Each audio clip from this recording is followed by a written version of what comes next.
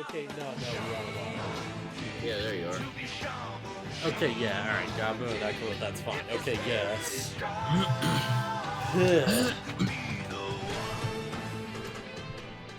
Yeah, I should probably mention real quick, it's like, yo... Yeah, we had movie night, we, like, actually watched Memento for the first time. What's up? Yeah, it's like a movie. Yeah, I figured.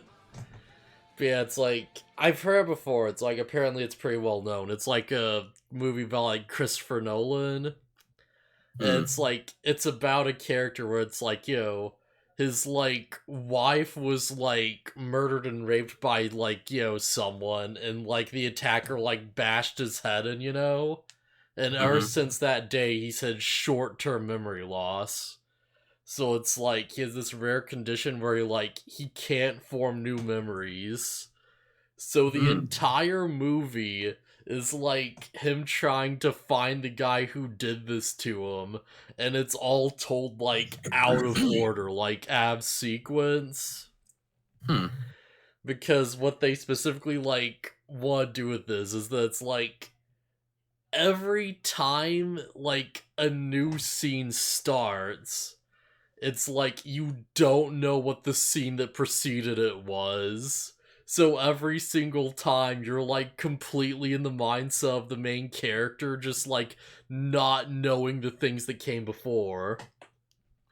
And it's like you can pick up on stuff, you can like, can't predict where some stuff goes. Like, he has a bunch of little like, photographs and like notes that he like refers to like, get context for things. So he just says like a note of a guy, and it just says like, like, don't trust his lies. He's the one who killed your wife. And he just looks at that, and he's like, oh, alright. And he just looks over, and he just, like, takes out a gun, just shoots him. And that's, like, the opening scene. And, like, you cut forward, and it's like, okay, yeah, but, like, if he, like, wrote it down in the note, then why didn't he, like, do this before or whatever? So it's, like, kind of, like, kind of curious. And you keep seeing that note again, you see it later, it's like, it just says, don't trust his lies. And it's like, oh, so this is before he, like, wrote the other bit, huh? There's like notes that have like stuff scribbled out over the top, and like underneath it's like, this person's a friend, you can trust them. You have like just all kinds of like little stuff like that. And it's like it's crazy. It's like such a weird experience. It's like there are scenes where like a character will like get into an argument with them and just walk away, and they'll calm down and they'll come back and it'll be a different scene, but you see them like out of order. So you have to like learn about the argument like later on, and it recontextualizes everything. Sounds really confusing.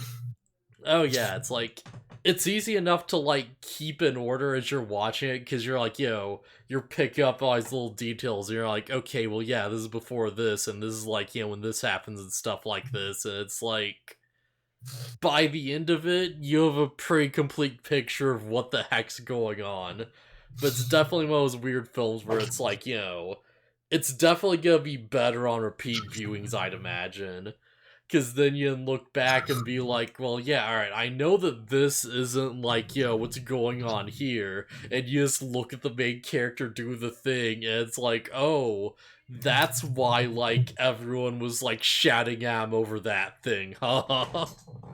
It's like, oh, yeah, like, that's what they're about. And, there's a point where he's talking on the phone with someone who's, like, presumably, like, a cop or something, like, getting information about like the crime, and you look over and he's like looking through the case file, and he's like scribbling out like old leads that he like just looks at. He's like, wait, no, that can't be right.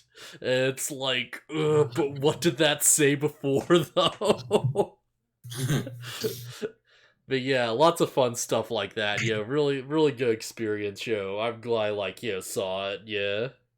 But yeah, I just wanted to like bring that up real quick, just to like mention it briefly. Okay. Yeah. So yeah, Shaman King. Feel like, was that the cause of film? It's a show where nothing's out of order at all except for that one point. What one? Yeah, they had the flashback with like how. Oh, well, I mean, it's not Yeah. quite this. Not quite the same. It's a pretty dual like storytelling convention. Yeah. So, man. So like I said, I would have been okay with Rin landing a hit on Mickey. Yeah. As we now learn his nickname is just Mickey Hisa. I like that. I like that I can just call him Mickey. It makes talking about him easier. So yeah, Rin just kicks him and it lands a hit for some reason. Yeah. He manages to like one lucky blow in and then Mickey just beats the shit out of him and Rin loses. Yeah, the implication is that, like, they start fighting again and then like Mickey just wrecks him. Yeah. And it's like, okay, you know what, that's fair. Like, Rin doesn't have it looking like, he just got, like, super, like, like, canned or whatever the word is. He doesn't look like he's a huge jobber in this, basically. Like, he gets a hit, but it's like you still get the point, yeah. Yeah, I'm just glad. Whoa. Yeah, I'm just glad he did actually get hit. Or, like, he got his hit and then he got wrecked. I'm glad that's how it happened. Yeah, that feels like, appropriately how it should be. Yeah, and he's like, okay, I'll make you boys some dinner. Yeah.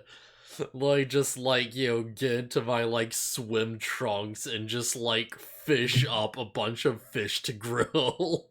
Yeah, the swim trunks thing is really, like, funny to me. Yeah. Like, he's still got the mask on, too, because, like, of course. I assume that it's, like, due to his, like, horribly burned face, that's not ever coming off. Yeah. It's honestly, probably because of that, mostly. I just find it kind of funny that it's like he just wears the mask everywhere. So it's like, you see him smoking a pipe, but he's just got the mask on, and you have no idea how the pipe's, like, in his mouth. Don't worry about it. It's just how it is. Yeah. And it's like more endearing than it probably should be to me.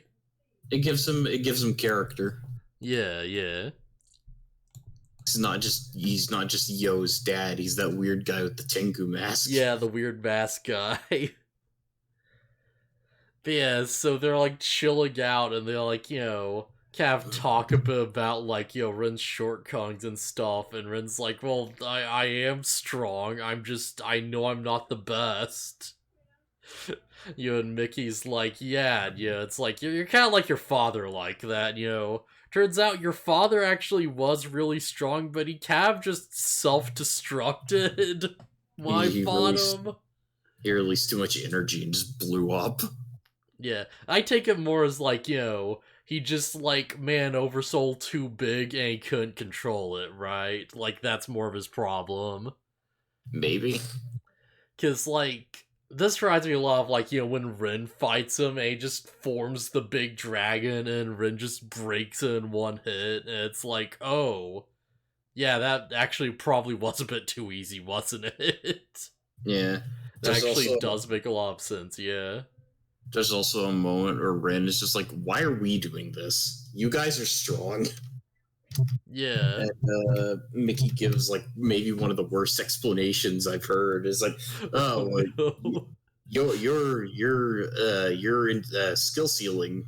Not skill ceiling. What's the word I'm looking for? Your potential. Yeah. You haven't reached your full potential yet. You don't have a limit or whatever. And it's like, that's stupid. Like, because here's the thing, it's like, we got caught before this, right? I'm super glad to all people who are, like, content and stuff, But it's like, they mentioned this, that there's, like, an explanation coming up that, like, explains why, it has to be kids fighting. And it's like, I understand it, right? Like, I get it. Like, I feel like it's a good explanation where it's like, these people are just sort of, like, they're more, like, trained for this than anything else, really. So it's like, that's why they have more potential to grow, because they've kind of started training way earlier. It's it's not like the adults aren't allowed to get in the tournament, as we clearly see, because Mickey's a member of the Shaman fight. Yeah. He's in the bracket. It's more because these kids are more prepared for this, and they have more potential to grow and stuff.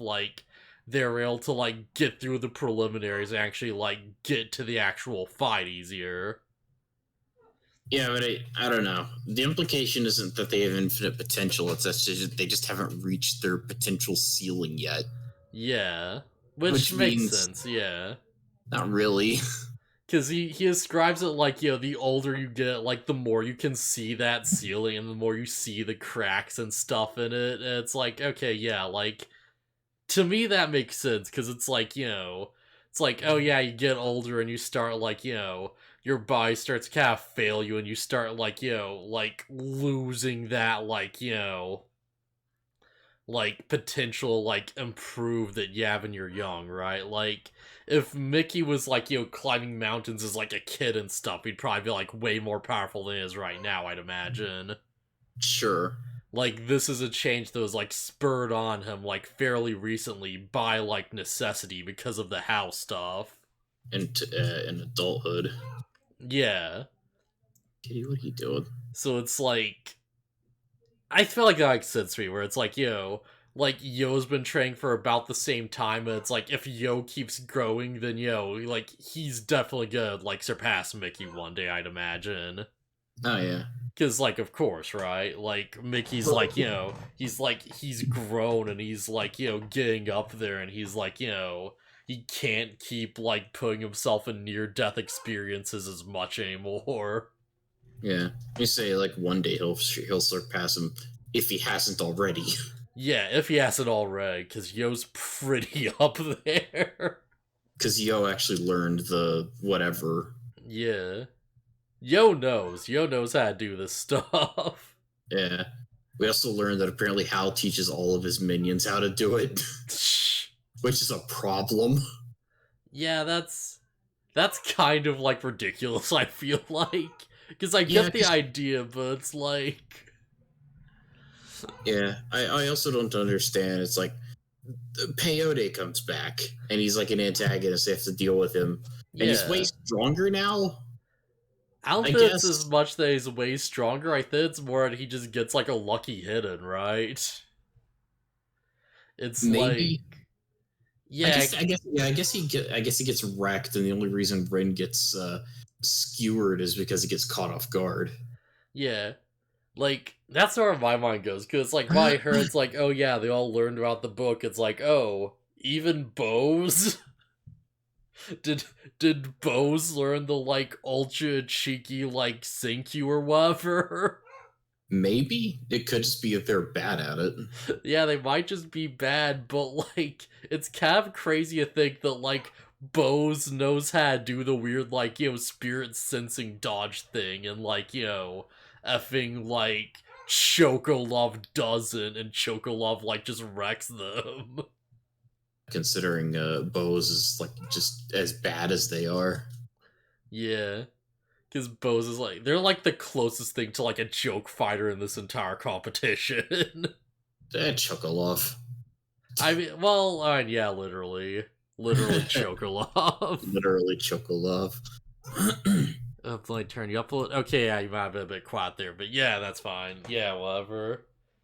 Yeah, okay. Point is, Mickey's just out with the guys. And a couple of Patch Tribe people show up. Traitors. And they're hey, is it about time for your match? And Mickey looks at his Oracle belt and he's oh crap, you're right. And they're yeah, shame if anything were to happen to those kids that's on your team. And Mickey's what? Oh no. Yeah. And so, I don't know. This whole thing is weird. I'm just sitting here thinking okay, deal with the problem and then go deal with it, because these guys are nothing to you. Yeah. I refuse to believe that these guys would stand any chance against Mickey. I don't think it's as much that they, like, stand a chance as to as much as it would take a bit to actually beat them, right? Nah, I think you'd be able to deal with them really quickly. Yeah, I think it's more of, like, a matter of, like, time and urgency, because, like, you look over, and it's like, yo, effing, like, you see the kids who have just this giant golem with them, and, like, the three girls that are, like, on that one team under how, like, where that group is, that have, like, the weird, like, Halloween Oracles and stuff, like Voodoo Doll Girl and stuff. They just show up, and one of them just punches a kid in the face with her, like, iron golem, and it, like, knocks a tooth out of his head. Yeah. Now, to be fair, Mickey wouldn't know that Anna, what's her name? Yeah. I always forget her name because she only shows up at random points. But pink-haired girl. Yeah. Tamao, yeah. And was there someone else? I don't remember. Yeah, June. Right, June. Yeah, June finally shows up and does something cool. Yeah, well, not yet. Like, she kicks a voodoo doll with a gun. Or rather, okay. Like Lee Pyron does. Okay, I guess I just missed who did it. Yeah, it's another thing. We learned that the effing voodoo doll just has a big revolver. Yeah, the voodoo doll's probably like a Chucky. Yeah, it makes sense. Chucky not joke, parody. I don't know. But yeah, like he couldn't know that like Anna alone could show up and deal with the problem. Yeah. Let alone three people showing up there, two people showing up to help her.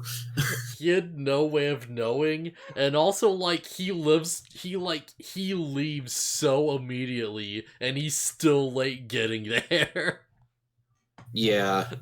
Like, with his mountain spirit and everything, he just goes off, and he still doesn't keep that child from getting punched.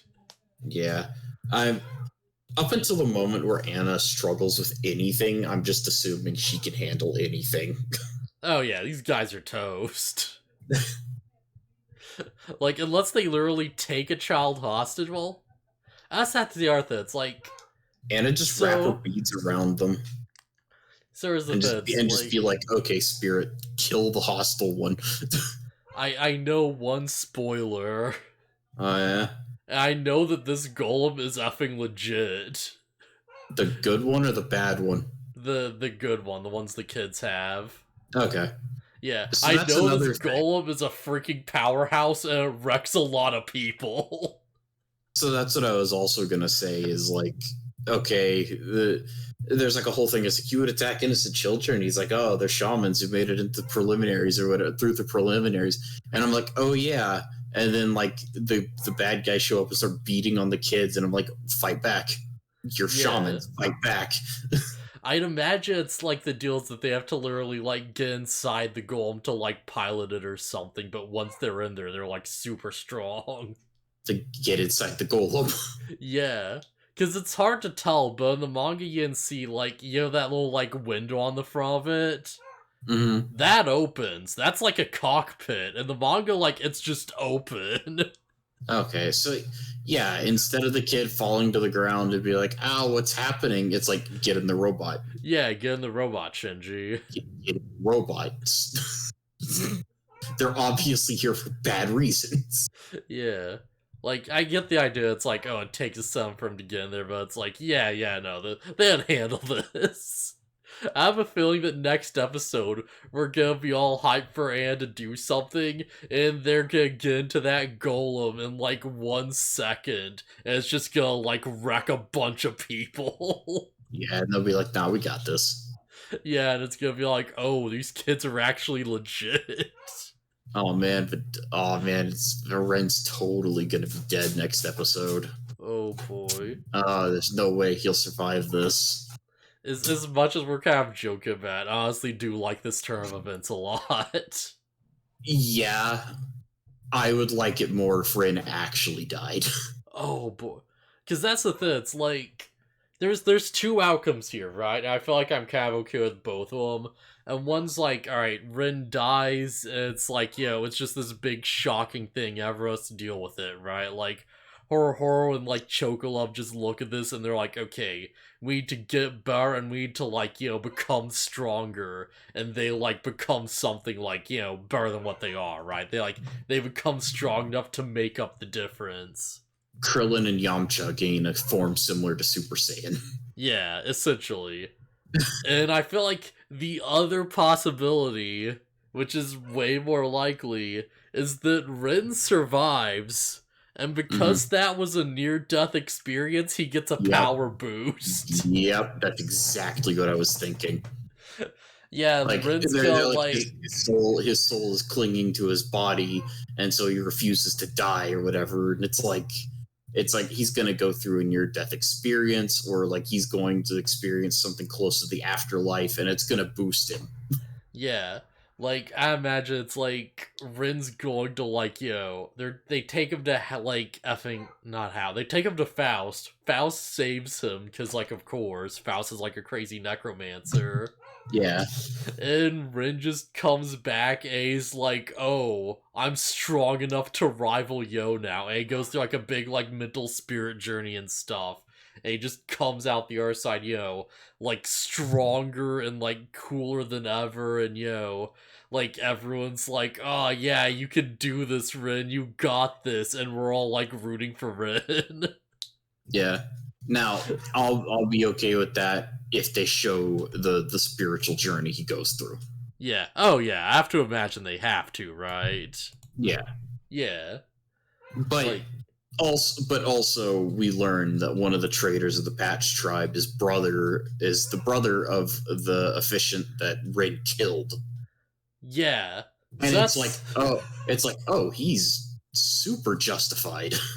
Yeah, so that's like how this whole thing goes down, because it's like, Rin's like fighting Hao's minions and stuff, and he's like wrecking them. He's keeping up with like two of them at once, basically. We learn that the guy in the headdress has like a crazy like beam attack. Where the Chinese guy with the big plate on his back like has a panda he shoves in the plate, and it's pretty cool. He's got like a panda shield. It's pretty cool. Yeah, and it's like Rin's beating them, and the guy's like, "Oh yeah, like." What's wrong? It's like, you didn't kill Peyote? And Peyote's like, yeah, like, I'm still alive, and that means I'm not defeated yet. Yeah, so Ren deals with Laser Beam and Panda Guy, and he knocks them to the ground, and I was like, wow, Ren's really strong. But then they land to get back up, and they're like, oh yeah, you could have killed us easy, but you're soft. And it's like I get it that Ren is like turned over a new leaf, but maybe he should have killed those guys. Yeah, maybe. They are Hal's minions. Yeah, this seems like a situation where like murder is completely justified. Good and evil are subjective after all. Yeah. It's like the alternative is that you like let these guys go and they run off and try to kill some kids. Or come back for revenge yet again. Yeah. Because like, but it's like, yeah, the implication is that Ren could have just killed them when he caught them off guard, because they didn't know that Ren had like, apparently while Ren was fighting Mickey, he mastered the first part of like the secret art of whatever. Yeah, he figured one of the techniques out, because he uses the technique Mickey uses to dodge his attacks to like, from what I understand, he essentially like senses the spike in their aura where they're about to do something, and he uses that to like, know to dodge around. Yeah. And it's like, oh, he caught them off guard because they didn't know he could do that, and it's like, oh, he could have killed them, and he just didn't. Yeah. And it's totally gonna cost Ren his life. I'm just sitting here, it's like, Rin's grandpa should have totally just, like, given Mickey his gun, and he's like, give this to Rin. The power boost is just a gun. The power boost is just the gun with an effing tassel on it. Because of course it has one.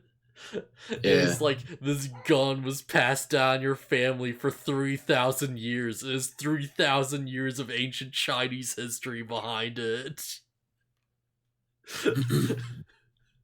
So yeah, as far as the topic of like, Ren should die here, it's like, due to the nature of this series, he could totally live on as a character in the party and not be alive. Oh yeah, that's super true. Like, yeah, we could totally have a situation where, like, it's not gonna happen, but it's like we could totally have a situation where, like, Team the Rin steps into a match and everyone's like, well, like, why is there only two of them? And like Chocolove just reaches out and he grabs Rin's spirit and just like, takes out like a spear and shoves it in it. Yeah. Like, I'd be like fine with that. That'd be sick. Don't know if the rules would allow that though, because it seems like it has to be 3 shamans. Like, you can't just substitute a spirit in. Although it's still Rin, so that's the thing. It's like, because you have to sign up with your guardian ghost, but Peyote has like 6 dudes. He has like 5 other like ghosts with him. Yeah, which means the ghosts don't count individually. Yeah, like each ghost you have is like, whatever, you embrace as many ghosts as you want. It's not gonna help you. I have no idea what the rules say about, like, if a competitor just dies before the match. Like, does that mean you just automatically lose? Because that seems very relevant right now. I feel like there would have to be some kind of rule against that. Otherwise, you would just go out of your way to, like, kill people outside of matches. Yeah, like, there should be a penalty where it's like, if you kill your opponent and we find out, it's like, before, like, outside of a match, you're disqualified. Yeah. That's the thing, though, because, like, these guys don't care about being disqualified. One of them's already lost. Sure, I'm just saying. Yeah. Like, that has to be a rule, or everybody just be killing each other outside of the matches. I'm more trying to figure out, like, okay, like, Ren dies, like, do they still get to compete? I don't know. Because, like, that's beyond their control. It's like, like, he just got, like, axed outside the arena. Like, well, what then, Patch Tribes, guys? Like, is the fact that he still, like, managed to get a 2 of 3 to go mean that he can do this? Do you have to find a substitute among people who've lost? I could totally see the answer being, he should have been strong enough to not die. Oh. I may have to take care of that. Yeah, sorry about this. It's all good. Crap. Just give me a minute. I'm so sorry. I'm so sorry. It's all good. So I don't know if you muted me or whatever, but what to say. I already forgot what specifically we were talking about. Right. The issue of, like, if Rin died and a spirit continuing on. Yeah, the Patch Tribe probably would have responded with, he should have been strong enough to not die outside of a match, and then they'd get kicked out of the match anyways. Or there's a rule in place to counter, like, killing people outside of matches.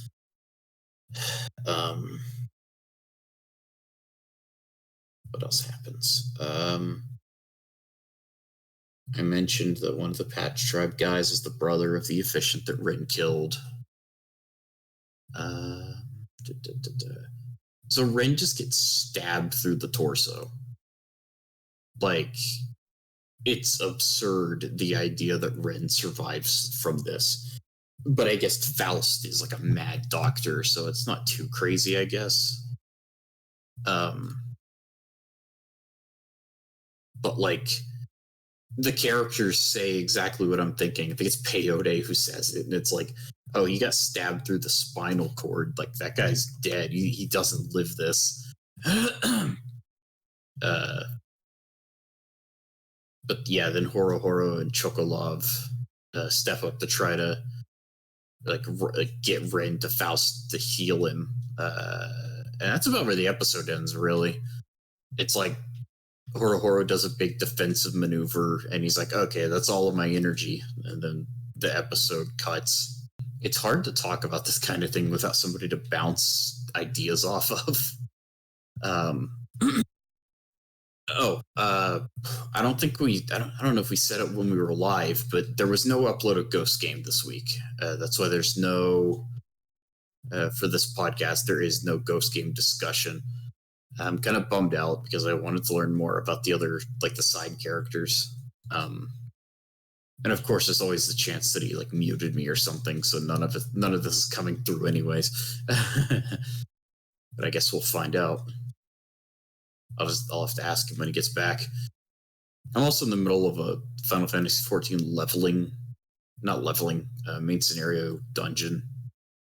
It's my attention is admittedly kind of divided. Not so much that I can't spare my thoughts for like things that happen in the episodes, but you know.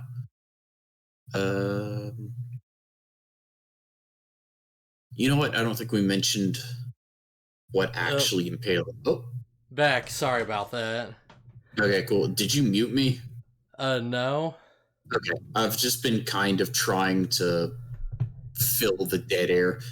Oh, thanks so much for that. Like, sorry, yeah, like, you know, like, Grandma couldn't get the cats up, and, like, you know, she was having a hard time trying to get them back in their room. Right. Because, like, yeah, we've got a dog who's, like, you know, just old and can't see well, and we don't want to leave him alone with the cat that, like, bullies other things.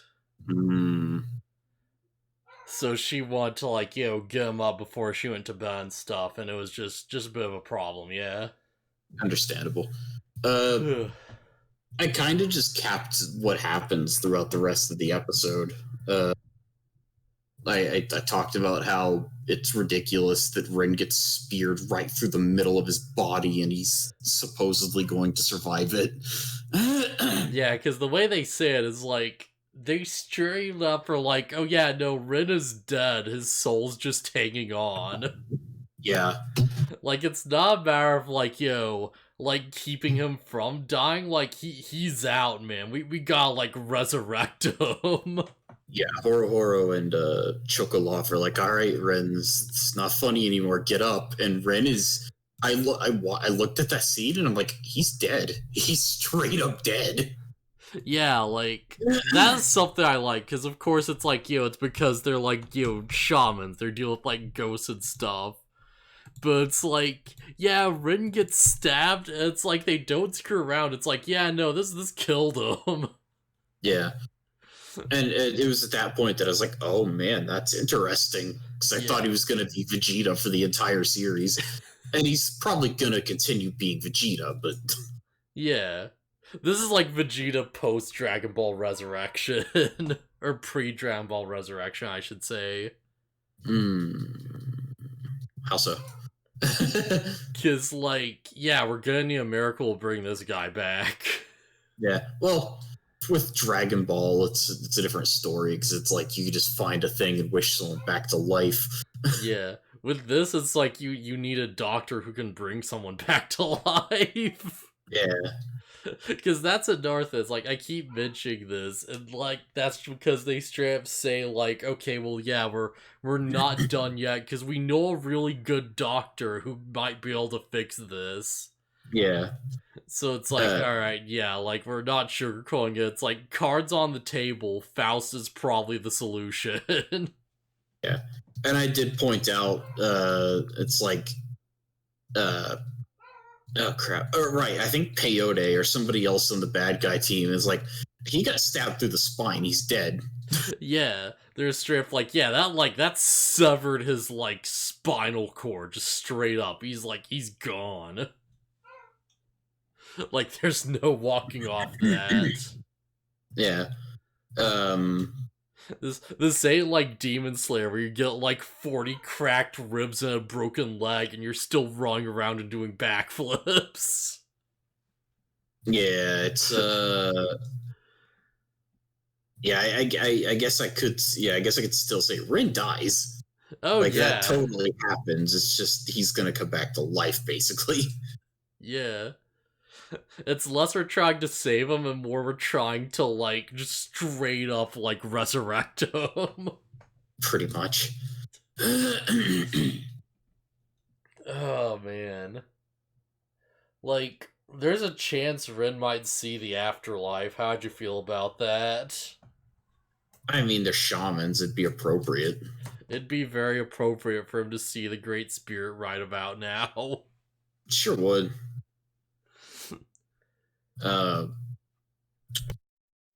I also explained, because I don't know if we talked about it while we were live, but there was no Ghost game upload this week. Oh, yeah, that's a thing, yeah. Kind of unfortunate, but is what it is. At least we got those card reveals, though. We know the green one, the beast guy he's gonna have when he attacks he gains +1 memory. That's cool. It's like an inherited skill. I'm just bummed because I wanted to learn more about the side characters.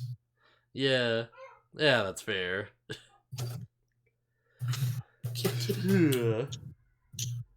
So anything else we really want to get to? It's yeah, I really like that, they're handling this like this, right? Because it's oh yeah, peyote got, lost his fight, but that doesn't mean he's just gone now. He's, still around as a character. Because of course, right? Yeah. I suppose, it's only fitting, because peyote lost in a really lame way. Yeah. They didn't really defeat him as much as it's Chocolove made his spirits laugh and that made him lose control for a bit and then Ren just wrecked him. Yeah. I mean, so they lost, yeah. Yeah. But it's he lost via gag and he shows up and he's oh yeah, I've just got a giant mecha ghost skeleton and it's got a knife. Yeah. And I forgot to mention that part. It's peyote has a giant mariachi skeleton thing, and it stabs. Yeah, that's what impales him. It's so cool because he's he does the thing where he speaks Spanish or whatever. He's was it Eternal. Yeah, it's eternal farewell or something. It's Eternalis Sayonara. It plays the little note. Man, peyote has a lot of good moments this episode. Yeah. Also gets his reintroduction where he's just playing his music as little mariachis are just rocking out. Yeah. We also kind of learned that he even if he is stronger than the fight he was in might indicate, he's still kind of the punching bag of the group. Oh, yeah. Because the other guys are making fun of him. Yeah, even the whole time. Even his best, he could just kind of possess people and control 6 very small oversouls. Yeah. Well, 5. Well, usually 5. Grande Phantasma's a bit more impressive.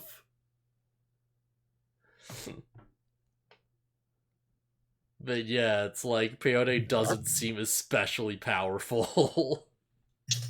John, buddy. Yeah. Anything else we really want to get into? No, I think that's pretty much it for the episode. Yeah. Yeah, I guess it is, isn't it? Yeah.